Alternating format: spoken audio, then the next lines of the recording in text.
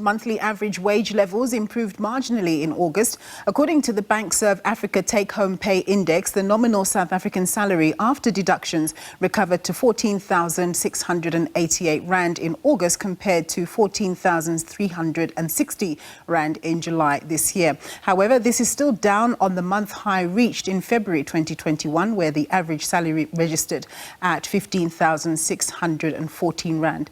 This is in a context, of course, where inflation has been elevated, with interest rate increases showing no signs of letting up. Well, to tell us more about their findings, I'm joined by Independent Economist Elize Kruger. Thank you very much, Elize, for joining us. What's your reading of the movement in the average salary in August in terms of the month-on-month movement as well as the year-on-year? Nompu, yes, the month-on-month movement, I think, is indeed positive. Although it is just about a 300 rand increase, it's slightly up. The Bankserv data also indicated that there were more salaries paid in the month of August. And so that tells you that the people that did get jobs or did get extra salaries paid are slightly higher compared to the average previously. Year on year, however, it's still down by 1%. And as you alluded, if you look at it in real terms, after taking into consideration inflation, the real wage is actually down by about 8% on an annual basis. So from that point of view, it is clear that generalized salaries are not holding up with inflation rates. However, the one positive of the Bankserv data is indeed that it showed more salaries in the past 6 months. So more people got jobs, but they got jobs below the average in the economy, so therefore bringing the nominal average even a bit lower. So workers from a number of different sectors are agitating for inflation-related wage increases, but employers who are also faced with higher costs, including those associated with load shedding, are resisting that. And presumably, if employees did get their way, this would also be inflationary. Yes, absolutely. Unfortunately, right now, it's a very harsh economic sort of scenario playing out on grassroots level. On the one side, companies are struggling to make their profits in this environment of ongoing load shedding. On top of that, higher fuel prices, higher interest rates.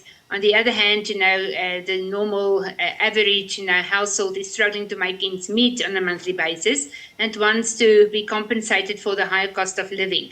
So one can easily get into a scenario here where you get a wage price spiral, where higher wages lead to even higher prices, even higher inflation, and then, a Reserve Bank would continue to act to try and stem that tide with higher interest rates. So, as difficult as it is, it is an important pivot point in the economy where one should be careful not to give unaffordable wage increases. It's a bit of a tricky situation because, of course, inflation is running at above 7.5%. And, at the end of the day, people do have to try and keep up with their expenses. What do you think is going to be the average wage increase in this year, or is that quite a difficult one to forecast?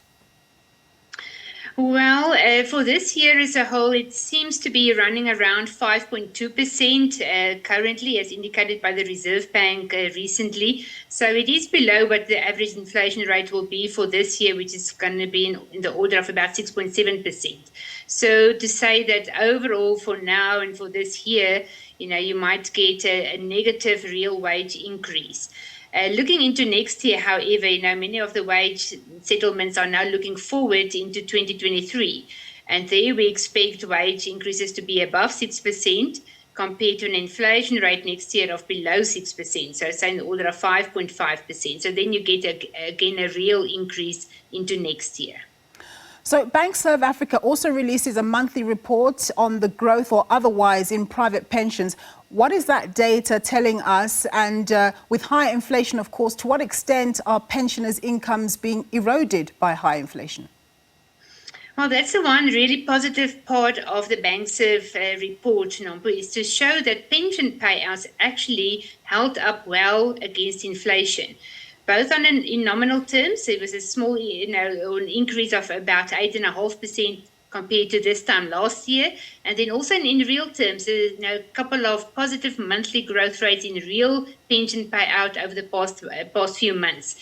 So that's actually quite positive. It shows perhaps a couple of factors that we are deliberating what could be behind this trend that's more positive than the salary story. And we think it might have to do with the fact that the markets performed quite well after the COVID slump. That on the one hand, perhaps fund managers looking well after pension funds, therefore beating inflation, hopefully on an ongoing basis. But it could also mean that there's maybe higher withdrawals as people maybe feel the pressure of being able to make ends meet in this difficult environment. So it could be a combination, but if we look at the data as it stands today, it really shows that pensioners are slightly better off compared to the average household. Yeah, but before I let you go, I just want to touch on the issue of the markets and how they're performing. They're crashing on a day-by-day basis right now. What does that mean for pensioners? Yes, indeed. At the moment, you are right. We're under pressure right now. So I think, let me say, typically the fund management industry is not really being measured on a day-to-day basis, rather maybe quarterly or a bit longer term. And it's really, I think, if there's consistent outperformance over time, for instance, of inflation, pensioners will still get the benefit over time. But markets are volatile, and right now, one will just have to sit on your hands and wait for the current narrative to play out.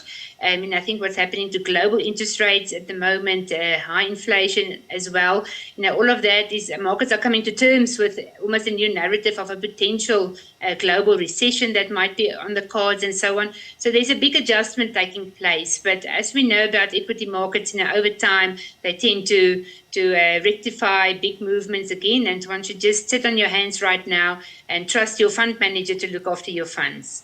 Okay, thank you so much for that, Elize Kruger. She's an independent economist.